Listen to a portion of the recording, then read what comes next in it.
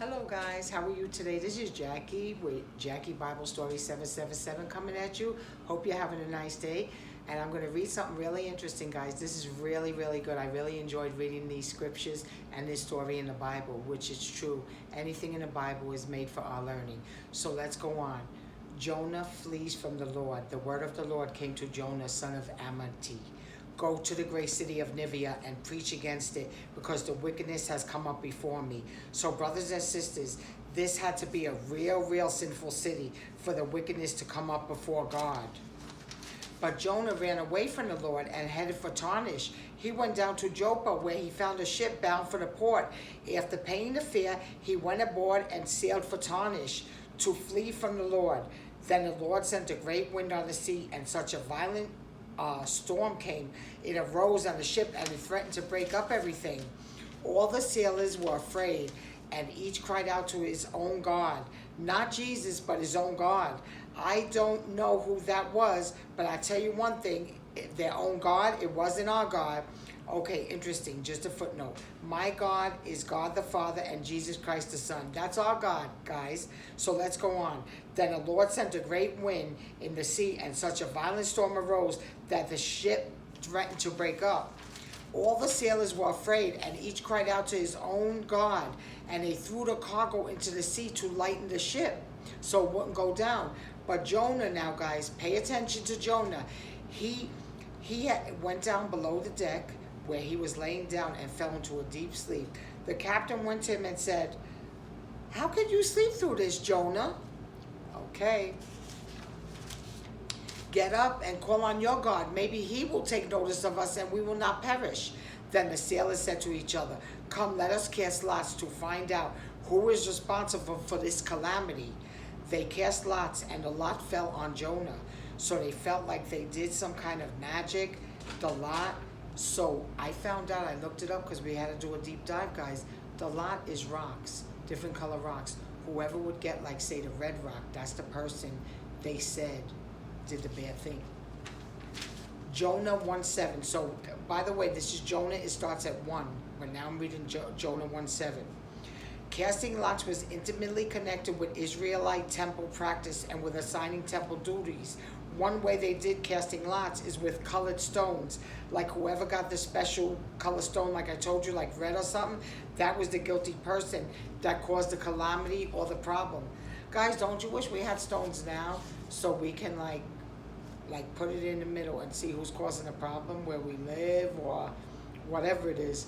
That'd be interesting, guys. But sometimes we could just face it. We know who's causing the problem. We just have to pray, "Lord, please get rid of this problem." So they asked him, tell us who is responsible for making all this trouble for us. What do you do? So he told Jonah, "What do you do? Where do you come from? What is your country? From what people are you?" He answered, "I am a Hebrew, and I worship the Lord, the God of heaven, who made the sea and the land." This terrified them because they were worshiping their own gods. They didn't know there was a God of heaven that you could worship that made the sea and the land. They asked, "What have you done?" They knew he was running away from the Lord because he had already told them so. The sea was getting rougher and rougher, so they asked him, "What should we do to you to make the sea calm down for us? We don't want to perish." Jonah 12. Pick me up and throw me into the sea," he replied. "It will become calm. I know that it is my fault that the great storm has come upon you." Instead, the man did their very best to row back to land. They didn't want to throw him so he could drown. Excuse me, guys. But they could not row back. They could not, for the sea grew even wilder than before. Then they cried to the Lord, "Oh Lord, please do not let us die for taking this man's life," because they knew that he worshipped the God in heaven. They wanted to throw him over at that point. They was like, "We got to get rid of this guy. He's causing us a curse. Do not hold us accountable for killing an innocent man for you. Oh Lord, have done as you pleased." Then they took Jonah and they threw him overboard. The men feared the Lord, so they made vows to the Lord. The Lord then provided a great fish to swallow Jonah. This is true, guys. People nowadays say, "Get out of here, this is a fairy tale. Nobody can send a fish to swallow a man and a man could live," or whatever. This really happened, guys. The scriptures are true. It's for our learning so we can relate to it now, guys, so we can have wisdom. Jonah was inside that fish for 3 days and 3 nights. Lord, Lord, in my distress I called to the Lord, and the Lord answered me. So the Lord heard his prayer as soon as he prayed. But after 3 days, the Lord commanded the fish to spit Jonah out. So, guys, the Lord hears our prayer the first day. He may not answer it to the 3rd day. He may not answer it for 21 days because there's spiritual attacks going on, in the second heaven. The devil says, I don't want this person's prayer to be answered. There's spiritual fighting about that. But your prayer will be answered. Just keep loving Jesus every day. So again, instead of running again in Jonah 2:3, instead of running again, he obeyed the Lord because the Lord saved him out of that fish. Imagine being a fish for 3 days. It's black in there. It's dark. He must have been so scared, but the fish spit him out. Nineveh was a very important city to God. Jonah visited for 3 days over there. He proclaimed to Nineveh for 40 days, Nineveh will be overturned. Nineveh will be overturned. The king of Nineveh got really scared of the Lord. The king basically made a large decree. Let all of Nineveh right now give up their evil ways in Jonah 3:7 and their violence. So the king declared, let all of Nineveh stop their evil ways and their violence. Who knows? God may forgive us with compassion and we will not perish. See, the king knew when God speaks, God is real and God does make curses. When God saw they repented and turned from their evil ways, God had compassion on them and Nineveh did not perish. But you see, Jonah got so angry and displeased. Jonah 4:1. Oh Lord, this is not what I said. I was at home. Jonah told God, take his life, and he wanted to die. Then he complained to God. God told Jonah, do you have a right to be angry about the vine? I do. I am angry enough to die, he said. He was angry. He hated the Ninevites, that he did not want God to forgive them. You know what? The Lord said, yes, I killed this vine, Jonah 4:10. But the Lord said, you did not grow this vine, so I can let it die. Basically, I am the Lord. But you see, the Lord said Nineveh has more than 120,000 people who cannot tell their right hand from their left hand.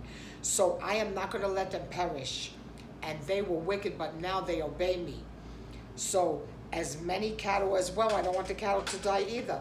So should I not be concerned about that great city? Brothers and sisters, God does not want to lose any of us. He wants us to all turn away from our sin and go with him to eternity. We have to go and sin no more. I love you all, guys. But you see, Jonah understood after a while, but he hated the Ninevites so bad. That's why he didn't want to go to the city. That's why he fell into the fish. That's why he escaped to the boat. He just hated them for some reason. Have you ever hated someone, but God still said, I'm still going to help them because we want them to get out of the sin and become good people? I have before. I forgive them, but I'm still angry at them. I give them over to God. I forgive you. I'm still angry at you. I hand you over to God. And God will do the justice. Whether they believe in God and get saved. We are Jesus people. We're not Jesus freaks. We're Jesus people. We know he will bless us, guys. Stay on the good foot. Remember James Brown, stay on the good foot. Stay on the good foot. Stay on Jesus' side, not the devil's side. Don't have any willful sin. He has compassion and he's long-suffering. He will forgive your sin. And then he says, go and sin no more. And then you're in his family. You're in our family, all Christians here. And if you're not a Christian, please be in our family. It's fun to be a Christian. It's wonderful. So I love you guys. Stay blessed up. Stay prayed up. Please like and subscribe. That's most important, to like and subscribe. Cashapp is $Jackie, Bible Story 777. And I love you guys. Have a good day. Bye-bye.